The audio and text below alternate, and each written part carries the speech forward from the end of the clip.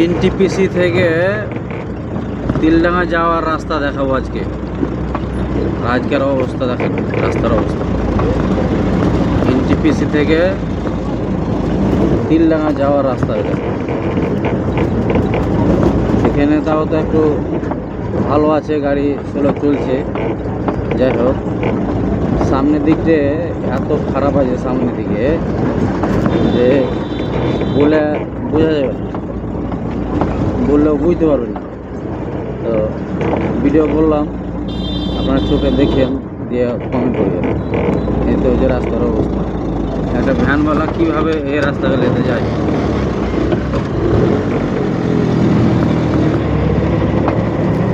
ভ্যানওয়ালা আর tractor আরও যেসব গাড়িগুলো আছে ওরা কীভাবে যাবে এই রাস্তাতে। এত রাস্তা খারাপ তো বলা যাবে না, এত রাস্তা খারাপ। এই রাস্তা দিয়ে যদি কোনো রুগী যায় তো টোটোতে গেলেও হাফ মরে যাবে, আর মোটর সাইকেলে গেলেও মরে যাবে, হাতে নিয়ে যাবে। মানে রোগ যা ছিল ডবল হয়ে যাবে। এমার্জেন্সি পেশেন্ট এগুলোতে নিয়ে যাওয়া যাবে না। হয়তো কারো হয়তো পেটের ছবি যদি করতে যায় তো পেটের অবস্থা এই রাস্তাতে যে আরও খারাপ হয়ে যাবে। তো কেউ গর্ভবতী আছে, হয়তো ডাক্তারে বলেছে যে ছবি করতে যাও, ছবি করতে হবে।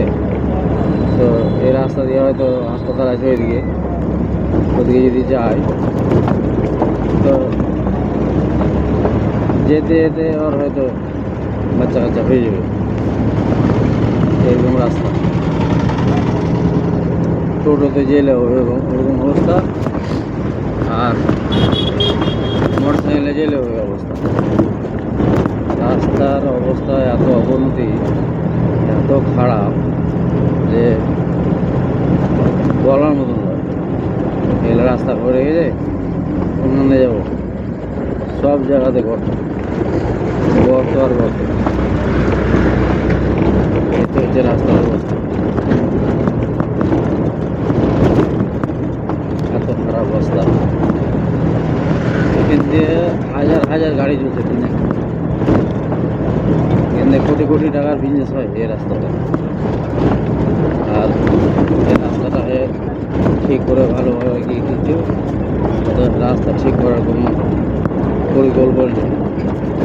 রাস্তা এবার যদি ঠিক করছে, রাস্তা ঠিক করার পর আবার হয়তো 2-4 মাস ঠিক থাকছে, যে আবার রাস্তা খারাপ হয়ে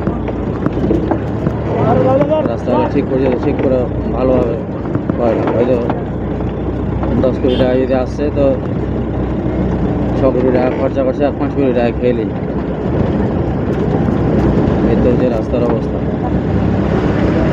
কীভাবে চলছে সব জায়গায় রাস্তা। এখান থেকে অহরহ টোটো, মোটরসাইকেল, অটো, পিক আপ, বড় লরি 10 চাকা, 12 চাকা, 14 চাকা, 16 চাকা, 22 চাকা, 18 চাকা, ট্র্যাক্টর সব চলে গেছে রাস্তাতে। যে নাম্বার গেল, যে মোটরসাইকেল, এই যে বেরোলো মারুতি সুজুকি, তার আগে অটো, আমি তো বড় রয়ে যাচ্ছি, টোটো চলে। কিন্তু রাস্তার অবস্থা এত খারাপ, কী বলবো, কঠিন রাস্তার অবস্থা খারাপ। এতে হচ্ছে রাস্তার অবস্থা।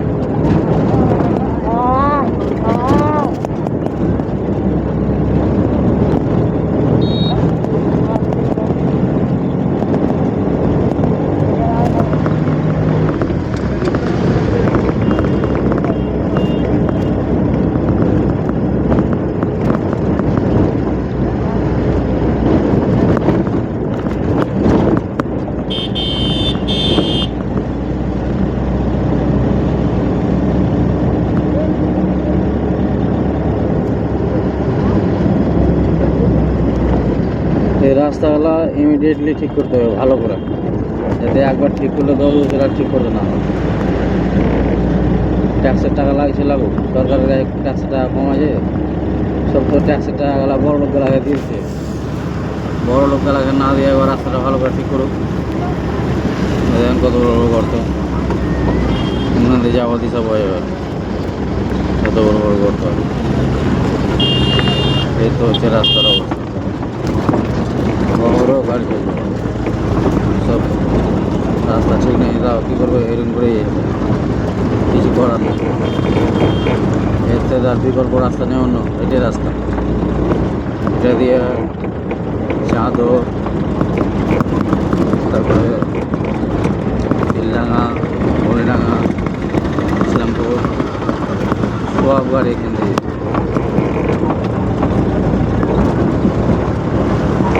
কোটাল পুকুরও যায় এই রাস্তা দিয়ে গাড়ি।